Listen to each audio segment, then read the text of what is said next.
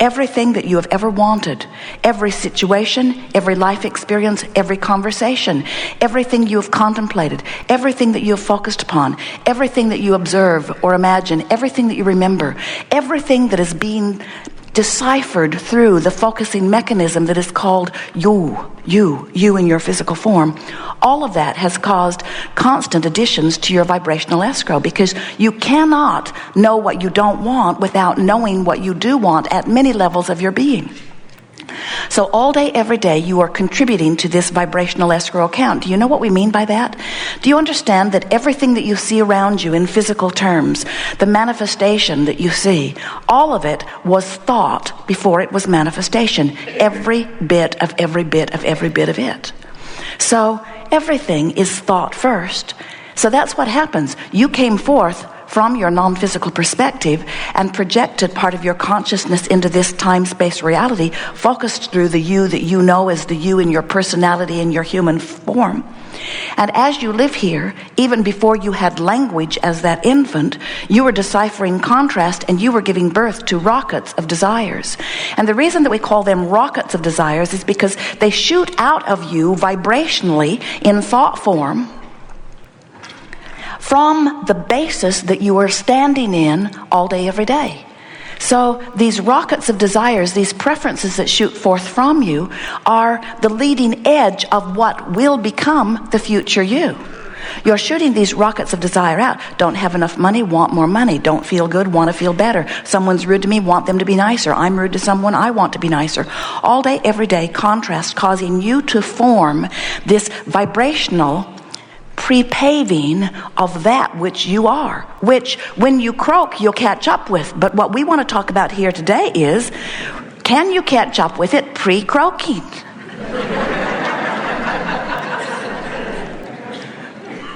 Good new title for the seminar. Pre-croaking alignment. Letting myself be who life has caused me to become. Now we want you to understand the big picture. You are source energy.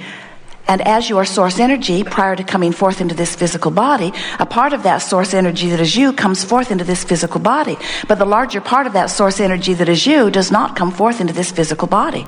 The larger part of that source energy, sometimes you call it soul, remains non-physically focused. But a part of that source energy comes forth into you.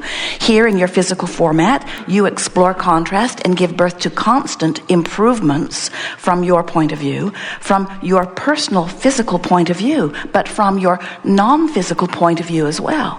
So when that rocket of desire emanates from you, the source that is really you surrounds that desire, gives undivided attention to it, and literally becomes the vibrational equivalent of what you are asking for. This is such an important thing for you to understand.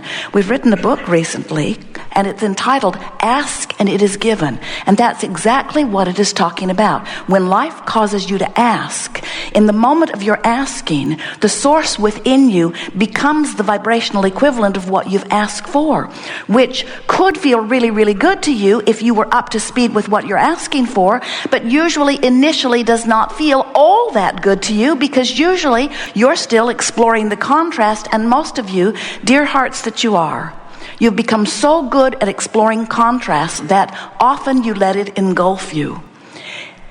In your quest for solutions, you beat the drum of your problems far too long.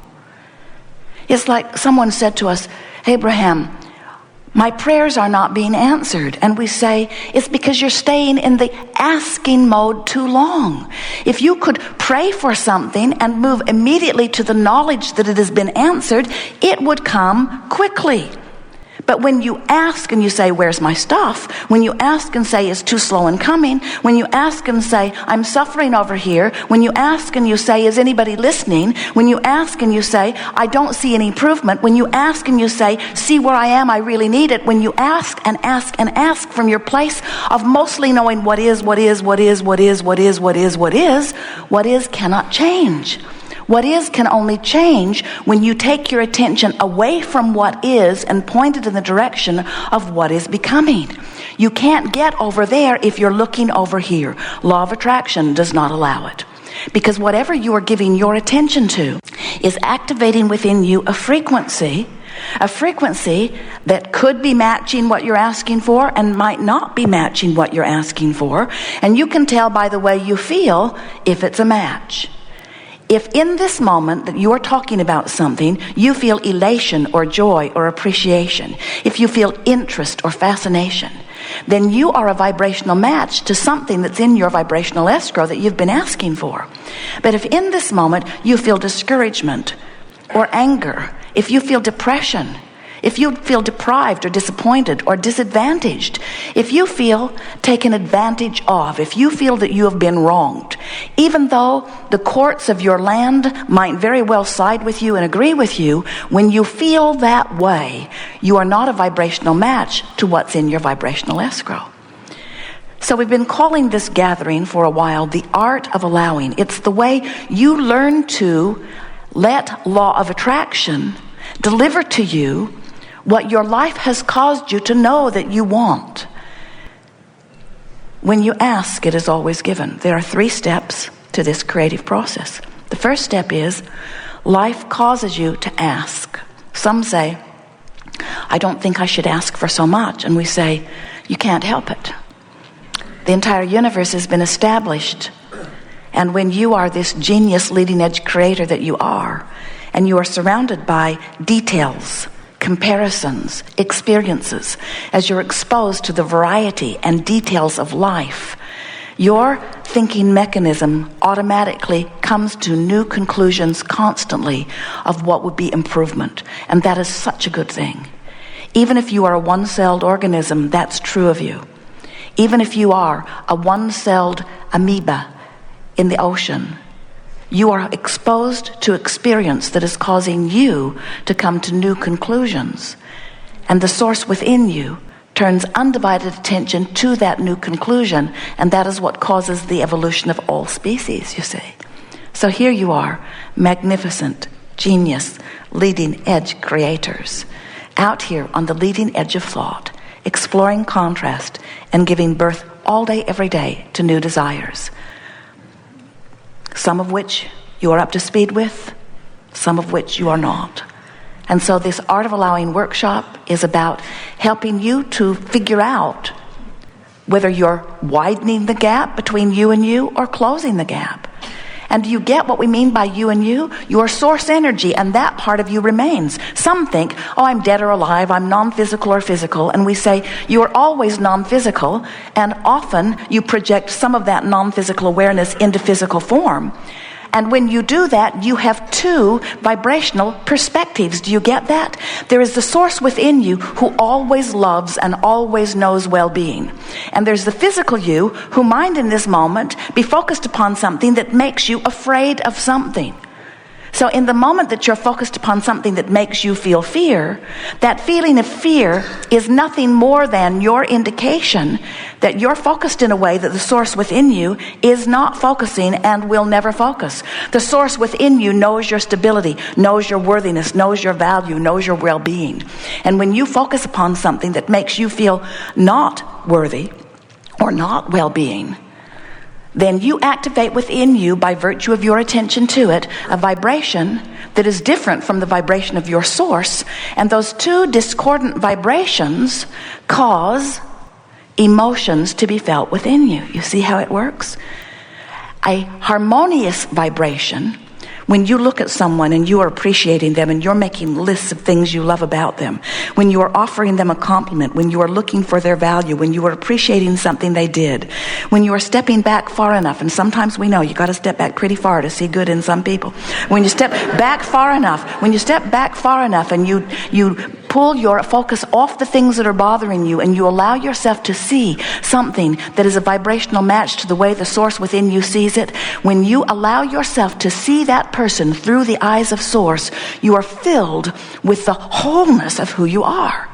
But when you find fault with someone, when you see their flaw, even if you are justified in seeing it, when you see their flaw, you activate within yourself something that the source within you will never activate. And your guidance system says, you have the right to do this. And you certainly have a perspective that is valid. but you are choosing to linger in a vibration that is so distant from who you really are that you are now using this flaw in this person as your excuse to hold yourself in vibrational incompatibility with who you are. And that's why you feel negative emotion. Esther will say from time to time, "Oh, come on, Abraham. You got to give me this one." You cannot not be noticing that. It's so big and it's so bad and it's so wrong. And we say, we notice it, we just don't see it as wrong. We just don't condemn it. We see it and immediately take from it what we prefer and immediately turn our undivided attention to what we prefer.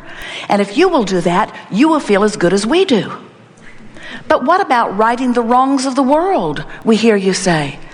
And we say you will never make the world a better place by beating the drum of what's wrong with it.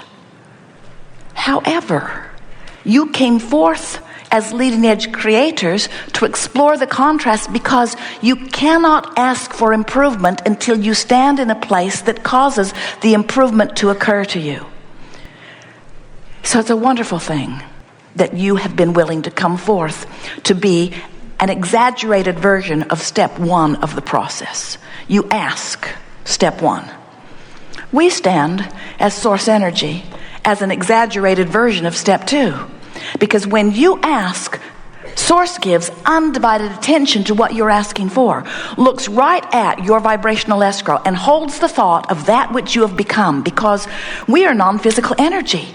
We are non-physical energy. We can have the wholeness of the improvement before you can, because you're waiting for physical manifestation in most cases before you allow yourself the improvement. Did you hear that? Do you know that you could claim the improvement of your desire as quickly as we do if you would be willing to look toward the solution and feel the pure positive energy of the solution?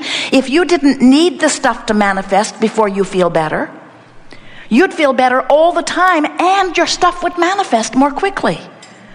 People will say, "I want to be over there," and we'll say, "Come on over." And they'll say, "I can't, I'm over here." And we say, "Well, why would you like to be over there?"